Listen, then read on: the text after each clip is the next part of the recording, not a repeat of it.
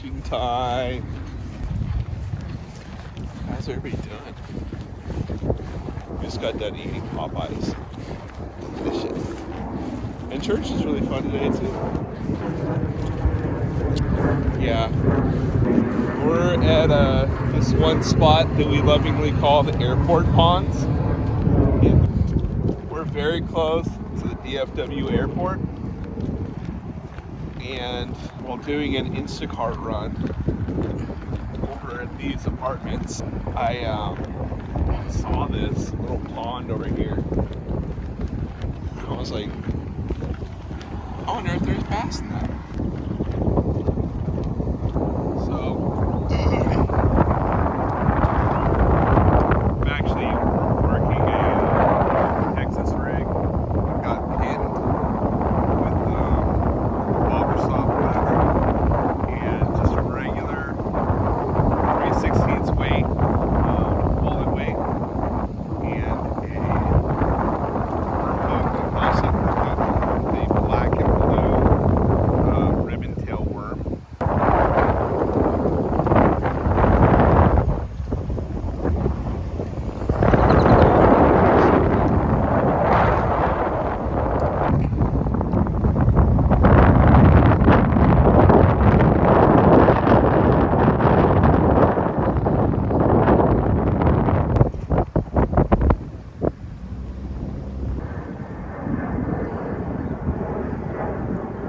So there you go. Your little bobber stop, and then your bullet weight, 3/16 ounce, and then a worm hook. It's kind of offset so the worm sits down there better. Comes through and you punch it through the body, and then you texpose it. So that means that this right here, the hook point is in the soft plastic. And then you got like your little squiggly tail.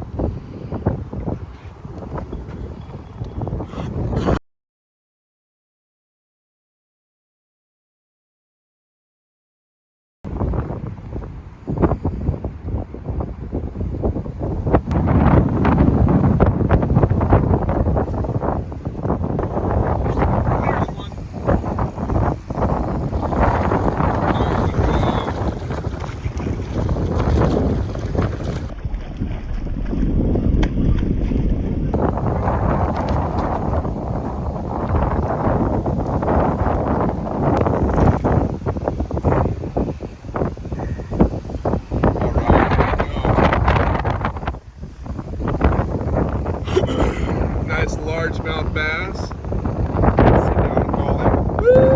So this bass about a pound and a half or so. Nice little bass. It's got these red lips on it. You know, you can see all that anyhow.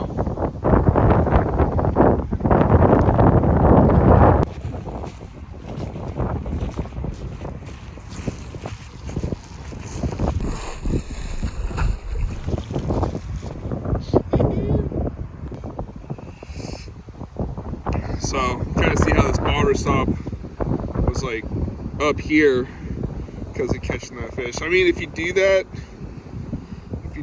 this will move a little bit more freely.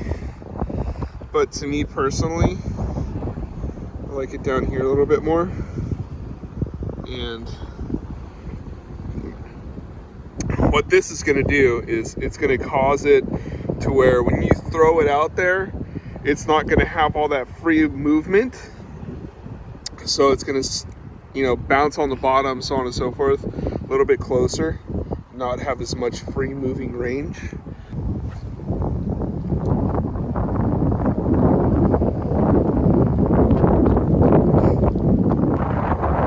I think that when it comes down to like the wind and everything, I feel like, number one, this area has produced a lot of good fish for us.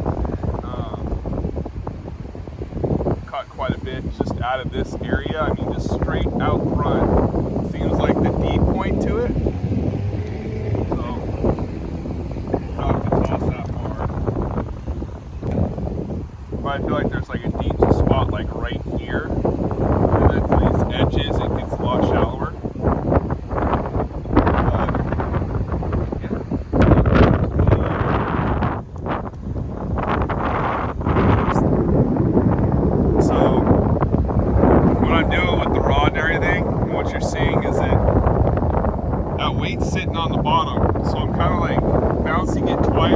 off the bottom and then letting it sit, reeling in the extra slack, and just kind of giving it a couple seconds, whatever, just to sit there, kind of see if there's going to be a fish that's going to come up and get it. If you do that, you're going to feel like one strike, couple strikes, things like that. You're going to be able to feel that in your rod. Typically you use braided line because braid's a lot more sensitive to it. With this rod specifically, it's something that's a little bit more sensitive to anything coming up, brushing up against it, bumping it, things like that. So it's a lot more sensitive to when a fish is actually biting your bait, because I can feel it due to the braid and I can feel it due to the rod, and through the whole rod's length. And right here you got the spot where the rod is still coming through and it's not on these grips. So as you can see, there's like a thumbprint on it, you know? So you can actually put your thumb there and you can feel it in your hand when a fish comes up and bites whatever bait you have out there. Yeah.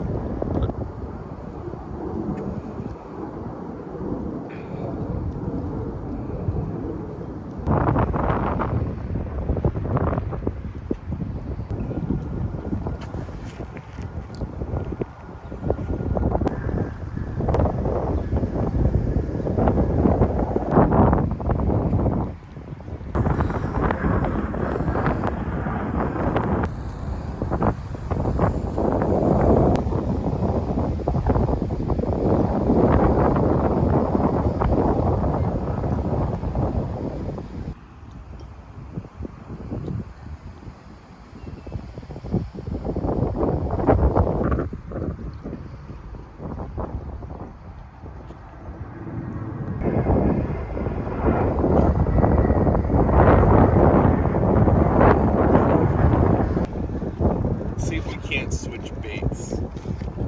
Something a little bit different. Alright, what do we got here? Oh no. Alright, let's see if they want a bandito bug now. You know, green up front, blue in the back, Okeechobee craw. We're just gonna do the same thing.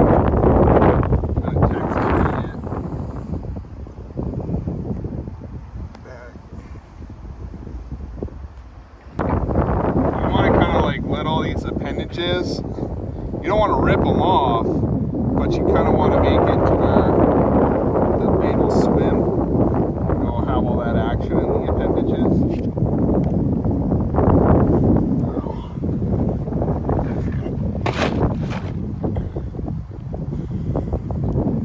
Let's see how the bug does.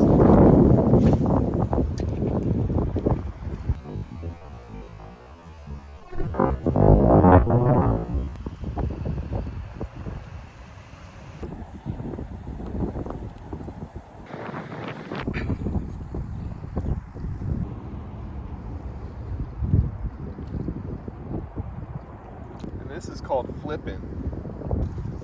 Flipping it out there. It's like better during summertime though, because then it's like, say you have weeds all along this thing, or like overgrown grass or stuff like that, like you can kind of like flip it out there like that, like with your hand. And especially if you're using something like a weightless stick bait, you can flip it out there and just let it sit, and then it'll drop slowly right where those bass may be tucked into that cover, or tucked into that, tucked into that cover. That's good.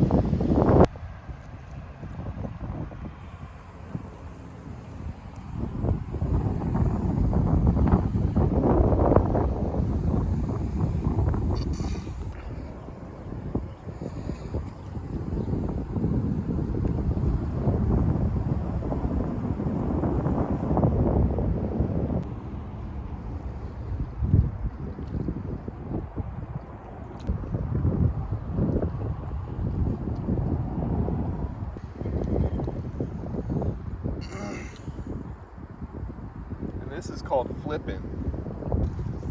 Flipping it out there. pitching, flipping, I don't know, something like that. Either way, I'm like strategically just kind of slinging it out there, and hopefully something will hit it. It's like better during summertime though, because then it's like, say you have weeds all along this thing, or like overgrown grass or stuff like that, like you can kind of like flip it out there like that, like with your hand. And especially if you're using something like a weightless stick bait, you can flip it out there and just let it sit, and then it'll drop slowly right where those bass may be tucked into that cover, or tucked into that, tucked into that cover.